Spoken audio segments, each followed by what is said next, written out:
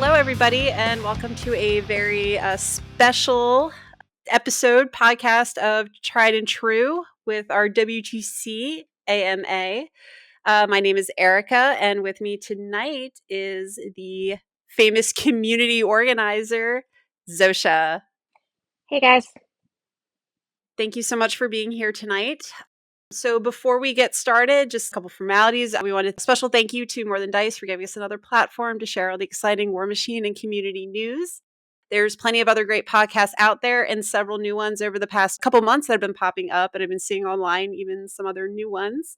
So go ahead and check out the show notes below for some more information. A special thank you and shout out to all of our patrons on Patreon. Your continued support has really helped us be able to grow our projects here and increase the quality of our content. Thank you so much. We honestly could not do that without your support. We're just going to go ahead and dive right into our podcast today. But before we get started, on behalf of our communities here in the U.S., we wanted to offer our condolences to our Swedish Warmachine family for the passing of Par. Our hearts are broken with you guys, and just wanted to offer our condolences. Going right into it, we're going to go ahead and introduce some WTC members from Team USA. The point of tonight's interview, or Ask Me Anything, really, is to promote more information about the WTC, the competition, and the weekend itself. So I want to thank everybody and Zosha for co-hosting with me this evening. Why don't we go ahead and meet our players that we are talking with tonight? So first up on the docket is Chris from Buffalo. Go ahead and introduce yourself. Let us know where you play out at Buffalo, right? Spoilers. How long you've been playing and how many times you've been to the WTC? My name is Chris Glowacki. I'm out of Buffalo, New York. I've been playing Warmachine pretty much since 2012, so right in Mark II. It was just me and a couple friends. We started playing in each other's basements. Then we eventually kind of graduated to the local store, and then I kind of took a more competitive approach to it. So I started playing in tournaments and eventually started, doing more things. And last year was my first year at the WTC. So this year will be my second year. I'm on Team 3, and I've been playing Dark Operations this year in preparation. Very nice. Well, good luck to you, sir. Next, we have Justin. Hi, everybody. My name is Justin. I've been playing the game for, I think, 10 years now. I've played Menoth, Mercs, a fair bit of other factions here and there, and I'm currently on Dusk. This year will be my 4th year at the WTC. And yeah. Very nice. Well, thank you so much for being here tonight. Next, we have Jake. Hello, everybody. My name is Jake Van Meter. I've been playing Warmachine since 2006. I've been to WTC every year except for 2017 and then the COVID years. I've been playing the game for 18 plus years. I was solo factioning Legion for the longest time, but since the MK4 edition came out, I've kind of branched off to other factions in order to help my creativity in list construction due to the Prime format being such a more limiting construct around just armies rather than whole factions. Very excited to be part of this discussion today, and a lot in store this year. WTC is always a great event, and if anybody has the opportunity to go, it'd be great to go. Oh, well, thank you for that. And last on our panel this evening is Chris out of Virginia. Thank you for having me. So Chris Gunther out of Virginia. I've been playing Warmachine, I think, since 2012 or 2013 when my friend and I got into it. I played Circle the entire time up until the past year. Now I am an Orgoth boy. I've been to WTC twice, and unfortunately skipping this year to get married, but plan to go into the future. Congratulations again on your engagement. Thank you. Okay. Well, again, thank you so much, everybody, for being here tonight. We're just going to dive right into this thing. So, our questions were fielded online through some multiple social media sites. So, I know like we promoted on our Discord. Zosha, I think you posted on a couple Facebook groups. And we really wanted to get feedback from our players of, I know like I'm a player and I've recently started traveling and competing at conventions. So, I know I'm super excited to pick your guys' brain too about playing at such a high level. And we wanted to field those questions from our community. So thank you to everybody who submitted questions on the Google form. Some of the questions didn't make the final cut. I'm sorry. They were very entertaining and very funny. So thank you for that. Alrighty. So Zosha, I think you have this first question. All right, so our first question up on the AMA is, when starting list building, what are the key aspects or list building processes you consider? And I'm going to ask Justin and Jake to answer this one. Okay. Jake, do you mind if I go first? Okay. So I think I'm gonna try and split this question up in two here, since Jake and I are answering. I'm gonna take this question in the form of uh, if you're starting out in the game, or you're starting out being competitive in the game, what you should look for in list building, and then maybe Jake, you can follow up with talking about it when you're a little bit more experienced in the tournament scene, and kind of the variations that you can jump in from there. And so I guess to start off, I think competitively, the game in its current state has a lot of casters that are very, very strong in any kind of faction that you can um, think about. Now, obviously, there's going to be factions that are going to be a little bit more tournament viable, and in that they make up kind of the upper echelon of kind of the tools that you can bring to solve certain questions. Um, that being said, though, I think starting off as a person looking to get competitive, I think reps is the most important thing that you have. So it's about finding something that you're comfortable with and playing with a caster that you're comfortable with. I think that first part of that design that you're looking for in the list design is figuring out what kind of player you are. Do you enjoy teasing out you know, uh, commitments from your opponent, playing a lot more defensively, or do you like pressing certain advantages that a list can create?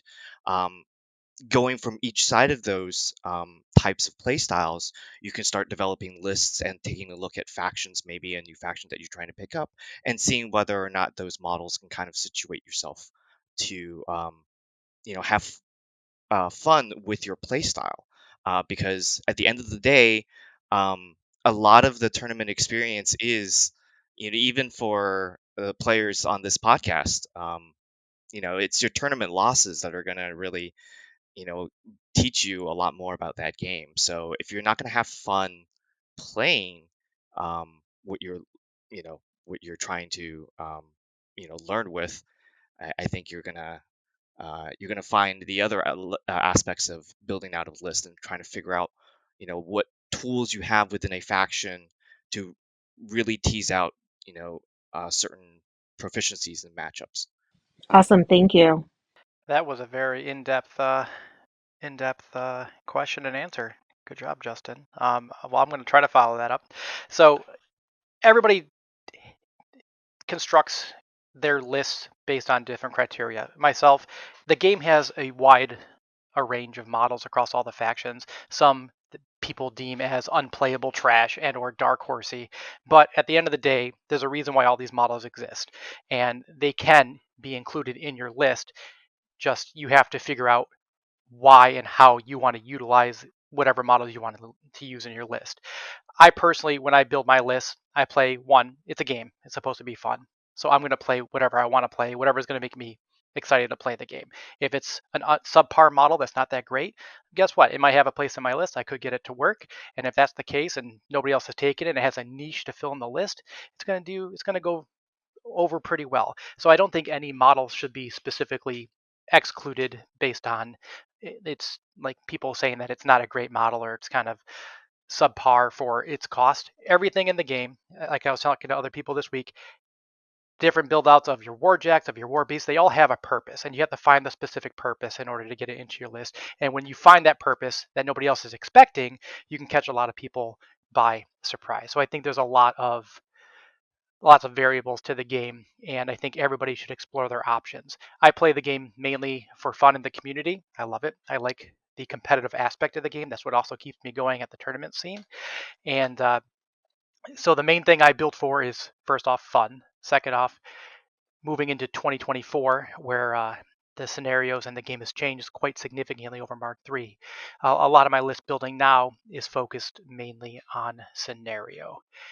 Scenario is a lot more live in this edition, and you have to have a lot of covers in order to make sure that you don't lose. So I've been focusing a lot more on that aspect. But basically, it comes down to play what you want to play, have fun, enjoy the community, make friends. That's what it's about. Thank you so much for that. So, question 2 on the Google Doc is, what are the fundamental differences between the individual international metas, especially Australia, and the North American meta? Do you think these differences account for the US results over the past few years? And I'm going to kick this question to Jake and Chris. I get to go right into it.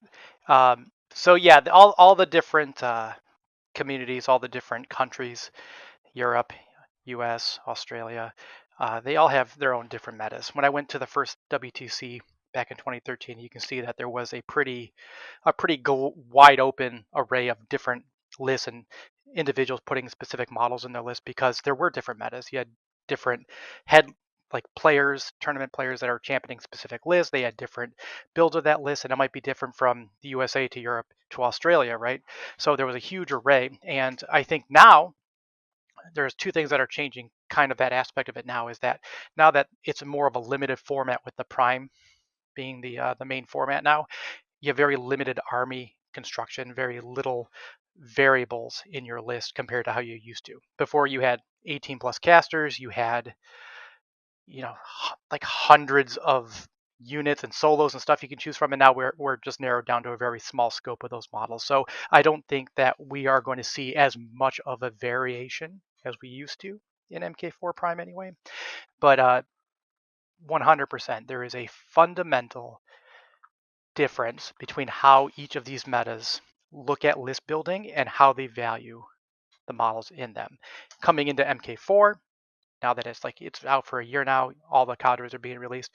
I can't go too much into depth as to why X model is being chosen by the Europeans or why X model is being chosen by the Americans, only because I still don't feel that there's enough time and all the models haven't been released just yet. But yes, there is a wide variation previously of how the different metas interacted within their own like individual areas. Thank you for that. So I'm going to take the second part of the question here. Do you think these differences account for the U.S. result over the past few years? Well, I've not been to every WTC or followed them as far back as they've gone, and I'm not European. The one thing I will say that I quickly learned was that Europe is easier for them to cross borders and cross-pollinate with metas, if you will, and be able to experience different play styles and their different list buildings. Whereas in the U.S., the main time we get over to Europe is for Worlds. So we have to make sure when we go over there, we have the right read on the meta. We hope that we do, but sometimes that's just not the case. So I think same with them coming over here sometimes, just not as exposed. There's a whole ocean between us.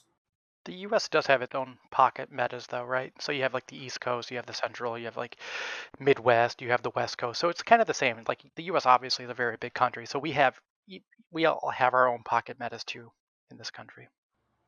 Yes, we definitely do. A few years ago, there was definitely really good teams on the West Coast versus the East Coast versus the Central, and it was great to see it, the American Team Championships, for all of them to go head to head and finally fight over one title.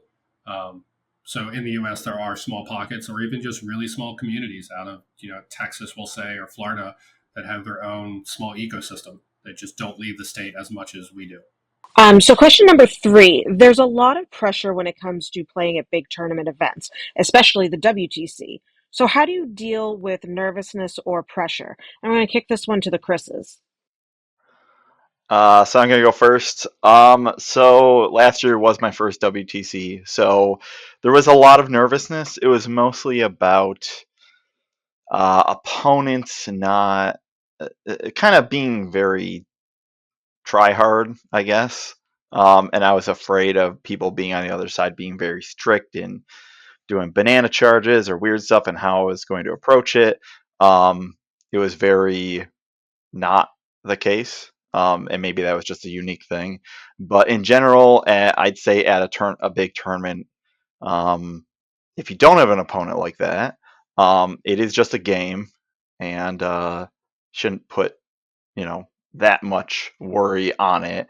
Ideally, you would have some kind of plan beforehand how you're going to approach um, the list your opponent has in WTC. We will know what all the teams will have and should have a plan of attack for each team and possibly each list. So it shouldn't be that big of a surprise. And so there should be a plan for all that, which I think keeps the level of nervousness and how you feel about it. It keeps it down. Otherwise, I mean, if you're on tilt or anything during a game, if you need to step away, whatever, adjust your measuring stick, something to keep your mind off it for a little bit, but not completely out of it. Those are things that I do to keep myself leveled.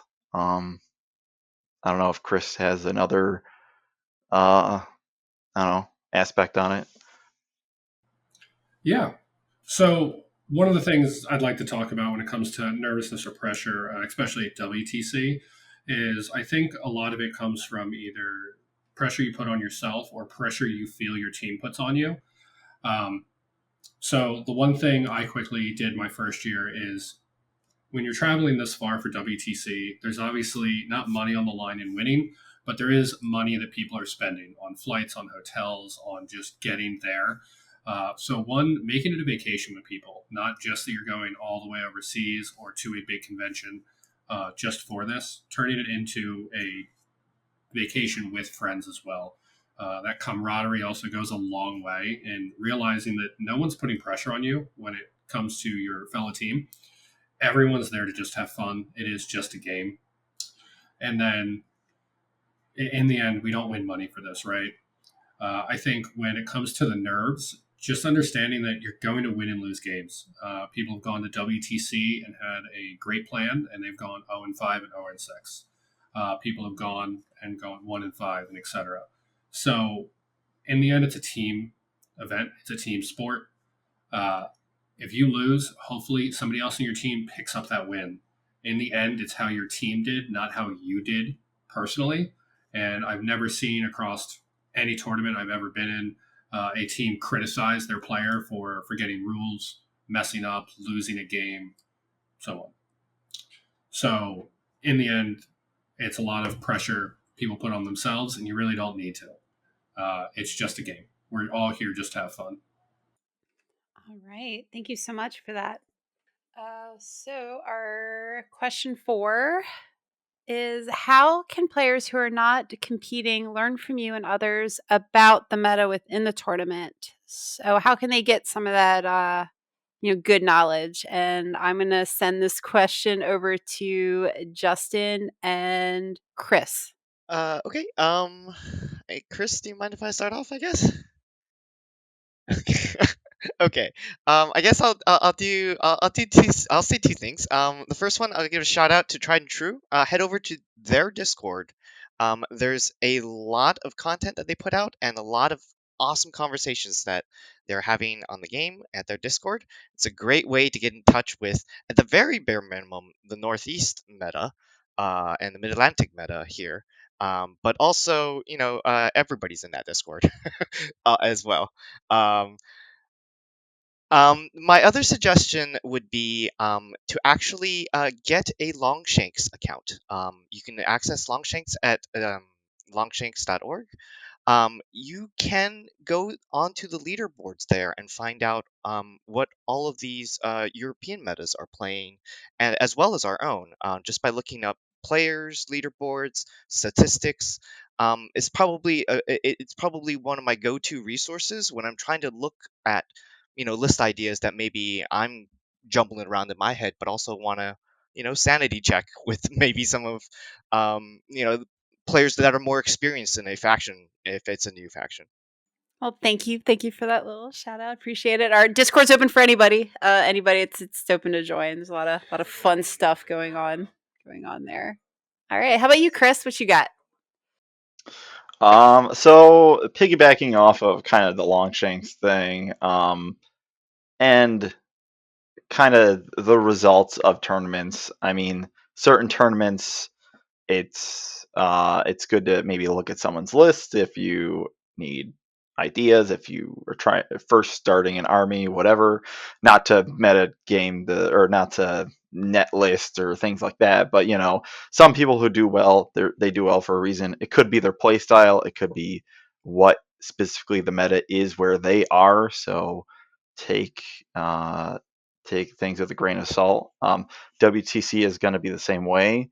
A lot of the lists were chosen based on what the teams can do with team comp, and maybe all the lists don't answer all the questions for every faction or against every faction, but they may serve different roles. So I wouldn't put too much into specifically what the lists are at WTC, the actual composition, but maybe, hey, there are these really strong casters or lists, and you can see that because every team has one of those factions on it or that pairing. That's what you can kind of get out of it. Those are probably going to be the powerhouse casters, and that's what you can get out of it from the WTC. Awesome. Thank you so much. So our next question is, if I wanted to play in the WTC, how would I apply for a team? So Chris, Gunther, I'm going to ask you to answer this from a player perspective, and then myself, as somebody who sits on the USA WTC committee, I will answer it more from like the back end administrative end of it. Yeah. So, how do you get on a team? So, one, getting your name out there, traveling, getting out of your small meta. You don't have to go and win a big convention, although that does help. But just getting your name out there, whether that's the War Table community, whether that's going to conventions, whether that's lots of steamrollers that you can find. But it's when your name appears in Longshanks or your name is said somewhere or even on a podcast that people start to know who you are. And if you're brought up in conversation, it's obviously in a good way. The other add to that is being a good and clean player. You can win all day long, but at the end of the day, your playstyle does need to be clean. People need to like you. People need to respect you, and you do need to be dependable. These are all things that are required to be on a team. But I would say getting your name out there, being dependable, being respectful to other players, and just being a well-liked person in the community. That way, when captains are picking people that they want to go across the world with, your name is first in their mind, and other people want to bring you along. Be the person you want to be with to sit on a plane for 5 hours with. Awesome. Thank you so much, Chris. And then I'm just going to talk a little bit about it from the back end in regards to the WTC committee and the paperwork side of it, which is slightly less fun, but also very important.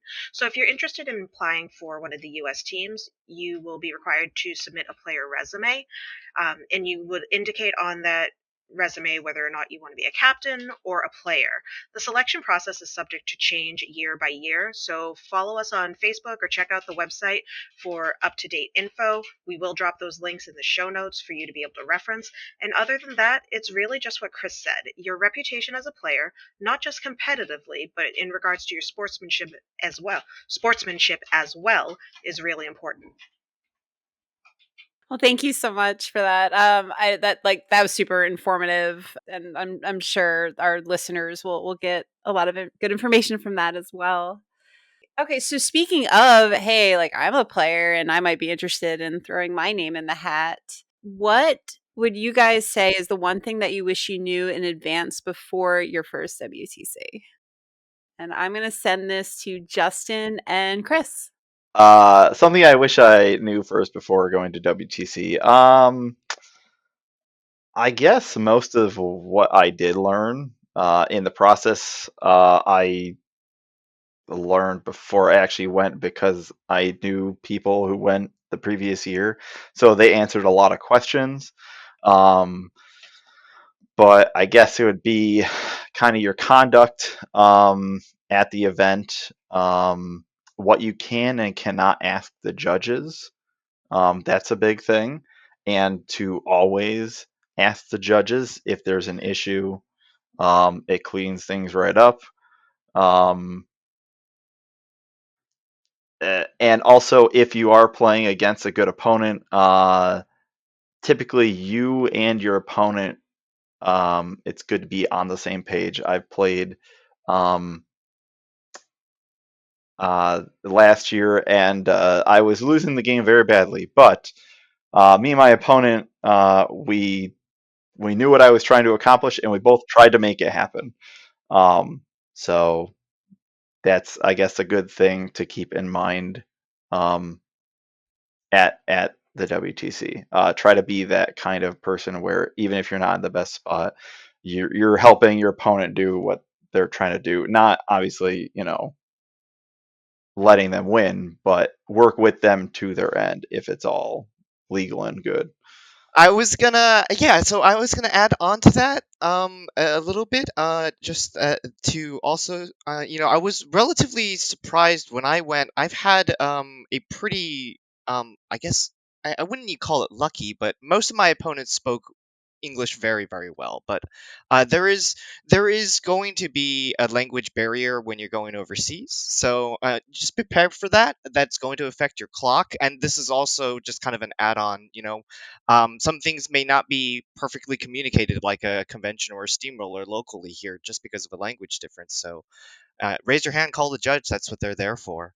But something that also Chris added on is that, yeah, this event, we're here to have fun too. And when you do start getting your logistics set in place and getting the trip planned, I think my biggest regret in my first WTC was the amount of time that I spent in Poland. I did not have enough time. I felt like budgeting for both the um, jet lag and before the tournament, as well as getting to see all the sites that I wanted to see and hang out with all of my friends, both after the convention and after the event, was a really, really sorely missed opportunity, and it did drive me to really, really want to go back. um, but at the same time, that would be probably my biggest regret. And so, yeah, plan a vacation for it, like if you can, obviously. Um, that would be my um, biggest sell point or biggest piece of advice. No, thank you so much for that. That's really good insight. Our last question today kind of actually goes back a little bit into the Steamroller talk. How do you think Steamroller 2024 and the January update will affect WTC this year? And we are going to kick this one to Jake and Chris. So, with the new scenario for this year, it has been a much needed change from our old win more than 5 scenario points and the old zones that we used to have. Um, that being said, list construction and how you approach these scenarios has to be done correctly, because it is very easy for you to lose the optimal amount of table space and quickly lose on scenario if your list is not built correctly around securing, controlling, and pushing the scenario. So I think scenario now, as of 2024, this year, is dramatically different than past years. My list construction, I can no longer take like an Abbey 2 beast list and just drop all my beasts and just go straight into their throats, because now I need to have other models, warrior models, control multiple zone. I need more contesting models. It's very important to have those contesting models. So this year, with this new scenario compared to last year, the new scenario packet, I do believe you're going to have a dramatic difference. You're already seeing the dramatic difference. You're seeing more infantry being taken. You're seeing less large battle groups, because you need higher model counts to spread the board to cover more. So you're definitely going to see it this year. You're going to see a lot of high model count lists. Awesome. Thank you. How about your thoughts on that, Chris? I agree a lot with what Jake said. The new Steamroller shook up a lot of things. I don't think you're gonna see a lot of samey lists. It's kind of, I think, similar to how if you do know how Mark III was at the beginning, um, before I think it was before the Steamroller changes. Kind of similar. Basically, the Steamroller designated that you need more units, you need more solos, all that, and specifically in this Steamroller, you need to be very wide on scenario. A lot of the time, you can play some games where it's a more dead scenario. You can be more dirtled up in the center. It's also, I think, personally, maybe it's just my meta. I'd say models that are maybe units, multi-wound units, are bigger in this scenario, I think, and higher armor. But that's just, it could just be my local meta. A lot of Orgoth stuff kind of comes to mind. Some of the Chimera stuff, and Dusk especially. So I think there is still the control aspect, even though it's not a blowout. Score 5 points and you're done. But if you do get a head-on scenario and you don't have a way to come back, then you're kind of still out of the game. And that really favors attrition, I think, in this Steamroller. All right. Well, thank you everybody so much for answering our community questions. Big shout out and thank you to our community for submitting the questions. Again, we wouldn't be here and have done this without you. So thank you so much for your input. And thank you, panel, so much for your time this evening. All right, so as we wrap this thing up, so who ended up joining us a little bit mid-interview is Sean out of the West Coast, and he is team captain for WTC Team USA 1, I want to say. Sean, if you can just go ahead and tell us a little bit about yourself, what you're doing to prep, and then let us know if there's any cool events happening out your way. Yeah, Sean Hopkins. I've played Warmachine, Hordes, etc. since about 2006. If you look in some of the very old no quarters, you'll see some images of me in there playing in an army that doesn't make sense. It was like dwarves and Khador or some nonsense, because that's what was painted.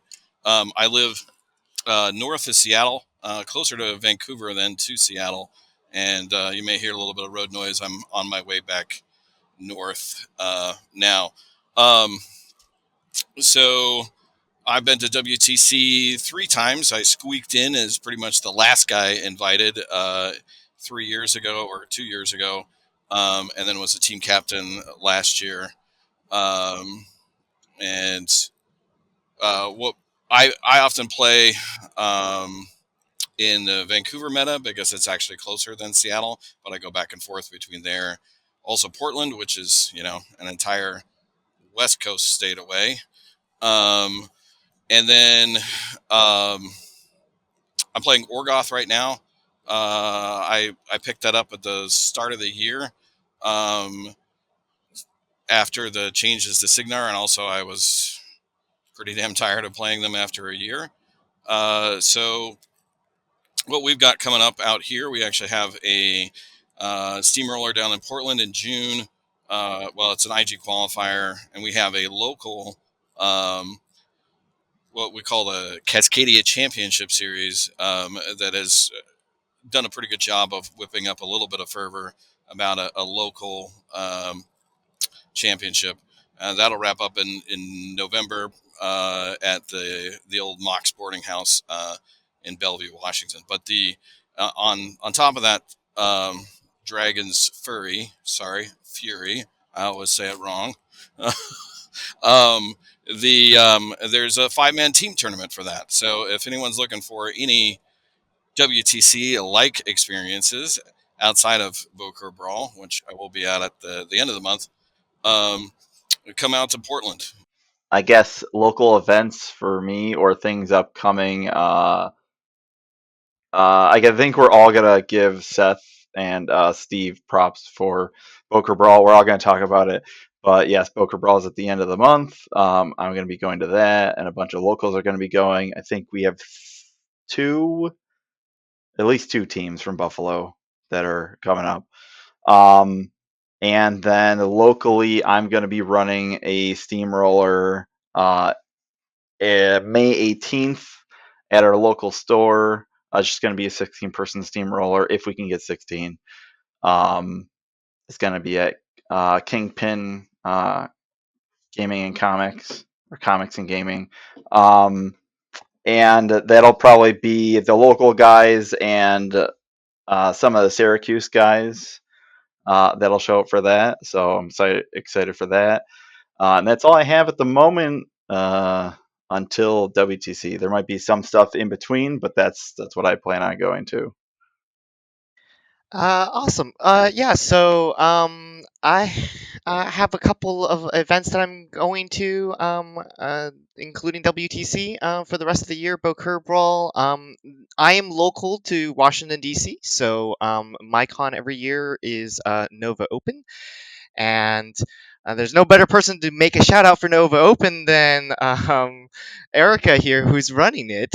So I'm going to ship it over to you, but I also want to make another shout out to Delaware War Machine Discord. You can find all the events there, and they have on their events section. So there's a lot of local events here, as well to the Mid Atlantic area, that you can just go out and have fun. Oh, thank you so much for the little shout out there, Justin. Yep. So, Delaware War Machine, we are running all the War Machine events at Nova Open. Tickets went on sale March 1st. June 1st is like kind of our do or die date for tables. So if you're on the fence or you're not sure if you're going to go or you want to go, we encourage players to pick up tickets before June 1st because that's when they do table reallocation. So either like lose space or gain space. We have a larger team this year of volunteers. So thank you, community members who's coming out to help. We have all kinds of events. We have unlimited, we have prime, we have events from 50 points all the way up to 100 points.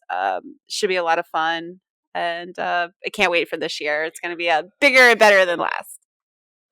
So for mentions for me, so I live in Boston, East Coast. So Captain Con is my first con of the year every year in February. It used to be TempleCon prior to many years back.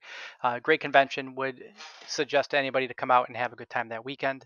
Other than that, you do have Adepticon. Nobody's talked about Adepticon yet. It is in Illinois. It is the host for the ATC event.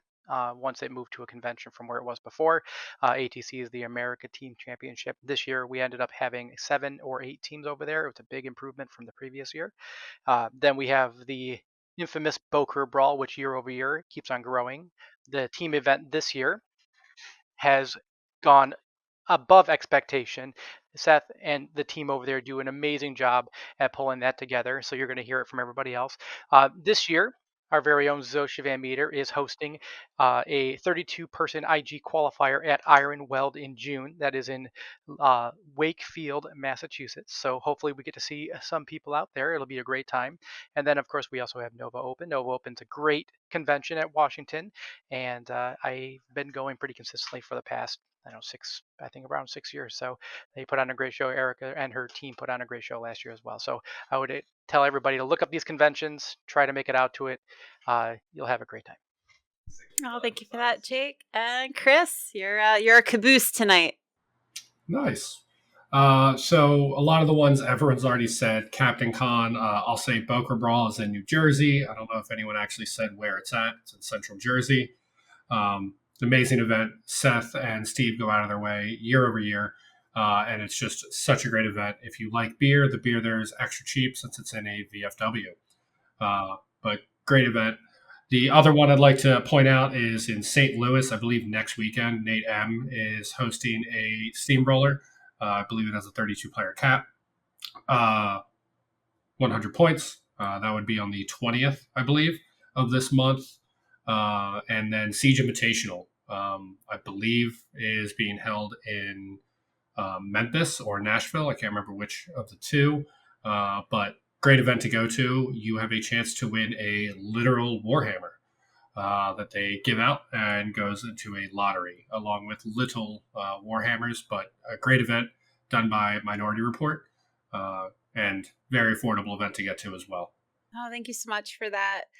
So speaking of all these great conventions and IG qualifiers, so the Community Finder website, we're actually getting ready to make a new announcement with that. We have a new addition to that map. So for those that don't know, Paul and Dan have really been spearheading this on our team. We've created like a one-stop shop repository of information for War Machine communities. It was originally just going to be the United States. Now it's the entire world. It's pretty cool. We've when Andy and I were at Adepticon, we were approached. We're like, hey, is there any way you guys could add conventions and big War Machine events to that? So we've actually started doing that. So if you go to the Community Finder website now, we'll have it posted in the show notes.